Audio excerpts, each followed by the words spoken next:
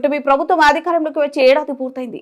ఈ ఏడాది కాలంలో ఎన్నికల్లో ప్రజలకు ఇచ్చిన హామీలను ఎంత చిత్తశుద్ధితో అమలు చేశారో చెప్పాలని మాజీ మంత్రి పేర్ని నాని కూటమి ప్రభుత్వాన్ని ప్రశ్నించారు. తాడేపల్లి వైఎస్ఆర్సీపీ కేంద్ర కార్యాలయంలో పేర్ని నాని మీడియాతో మాట్లాడారు.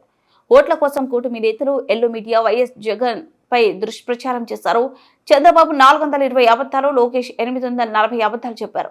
చంద్రబాబు, పవన్, లోకేష్ సొంత డబ్బా కొట్టుకోవడం, వైఎస్ జగన్ ను తిట్టడమే పనిగా పెట్టుకున్నారు. 2014 నుంచి 2019 వరకు చంద్రబాబు పరిమితికి మించి అప్పులు చేశారు. వైఎస్ జగన్ పాలనలో ఆర్థిక స్థితిగతులు మెరుగ్గా ఉన్నాయి. ఎన్నికల సమయంలో వైఎస్ జగన్ 14 లక్షల కోట్లు అప్పులు చేశారని చంద్రబాబు, లోకేష్ తప్పుడు ప్రచారం చేశారు. రాష్ట్ర ఆర్థిక పరిస్థితిపై చంద్రబాబు సిగ్గు లేకుండా అబద్ధాలు చెబుతున్నారు. చంద్రబాబు తొలి ఏడాదిలోనే 1.62 లక్షల కోట్లు అప్పు చేశారని ఆరోపించారు. చంద్రబాబు నాయుడు గారు యథావిధిగా అలవాటు ప్రకారం 420 అబద్ధాలు చెప్తే కొడుకు లోకేష్ గారు 840 అబద్ధాలు చెప్పాడు. ఇంక మూడో ఆయన అయితే ఆయన రవితేజ గారి సినిమా ఏదో ఒకటి వచ్చింది. ఆయనకి హీరోకి కళ్ళు కనపడవు, ఏది కనపడినా ఏమో సార్ నాకు కనపడదు అంటాడు. అట్టా పవన్ కళ్యాణ్ గారు ఏదైనా సరే ఏమో సార్ నాకు కనపడదు, అంతా జగన్మోహన్ రెడ్డి కనపడుతున్నాడంటే మీటింగ్ చెప్తాడు ఆయన. ఇలా ముగ్గురు కలిసి ఏంటయ్యా అంటే సొంత డబ్బా, జగన్మోహన్ రెడ్డి గారిని బూతులు తిడతాం, జగన్ గారి వ్యక్తిత్వ హననం, వీళ్ళ సొంత డబ్బా.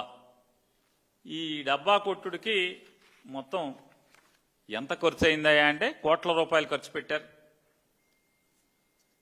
వాళ్ళు ఈ మీటింగ్కి వచ్చినటువంటి ఈ 100 మందో వీళ్ళ స్నాక్స్కే లక్షల్లో ఖర్చు అయిపోయిందని చెప్తున్నారు సచివాలయ ఉద్యోగులు.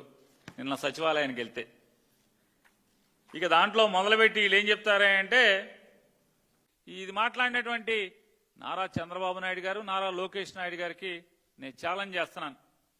మీరు ఇటువంటి తప్పుడు రాతలు రాసి తప్పుడు మాటలు మీ మీటింగ్లో మాట్లాడి మీకు ఎదురు కూర్చున్నాడు ఎవడు కూడా ఒక్కడు కూడా ఎదురు ప్రశ్న మిమ్మల్ని వేయని వారిని కూర్చోబెట్టుకుని ఈ ఓకదంపుడు ఉపన్యాసం చెప్పి ఇట్లాంటి తప్పుడు రాతలు రాసే కంటే మేము మిమ్మల్ని ఛాలెంజ్ చేస్తున్నా. 2014-19 లేదా 2019-24 లేదా 2024-2025 ఈ సంవత్సరానికి గాను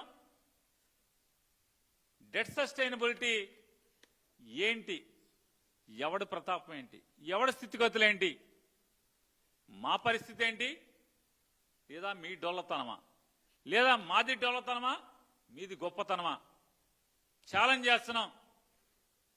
చంద్రబాబు నాయుడు గారు వస్తారా, లోకేష్ నాయుడు గారు వస్తారా? నెట్ బారోయింగ్ సీలింగ్ అంటే రిడక్షన్ ఫ్రమ్ ఎన్బిసి అనే ఒక సర్దుబాటు, ఈ సర్దుబాటు మూలంగా మీరు చేసినటువంటి పాపాల్లో ఉన్నటువంటి 17,000 కోట్ల రూపాయలని పరిమితికి మించి చేసిన అప్పుని 2022-23లో సర్దుబాటు చేయటం వల్ల అప్పు తీసుకునేటువంటి వెసులుబాటు సన్నగిల్లింది తప్పితే ఏ రోజు కూడా